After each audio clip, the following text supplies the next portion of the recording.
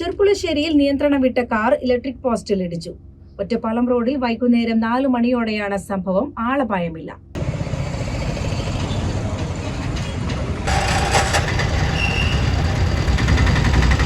ചെർപ്പുളശ്ശേരി ഒറ്റപ്പാലം റോഡിന് സമീപത്ത് നിൽക്കുന്ന ഉപയോഗശൂന്യമായ വൈദ്യുത പോസ്റ്റിലാണ് മാങ്ങോട് സ്വദേശിയുടെ കാർ ഇടിച്ചു കയറിയത്. ഡ്രൈവർ ഉറങ്ങിയതാണ് അപകട കാരണമെന്നാണ് സമീപത്തുള്ളവർ പറയുന്നത്.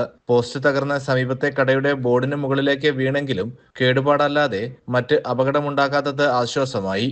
സമീപത്ത് നിർത്തിയിട്ടിരുന്ന ഇരുചക്ര വാഹനത്തിനും കേടുപാടുണ്ടായി. KSEB അധികൃതരെത്തി പോസ്റ്റ് നീക്കം ചെയ്താണ് കാർ മാറ്റിയത്.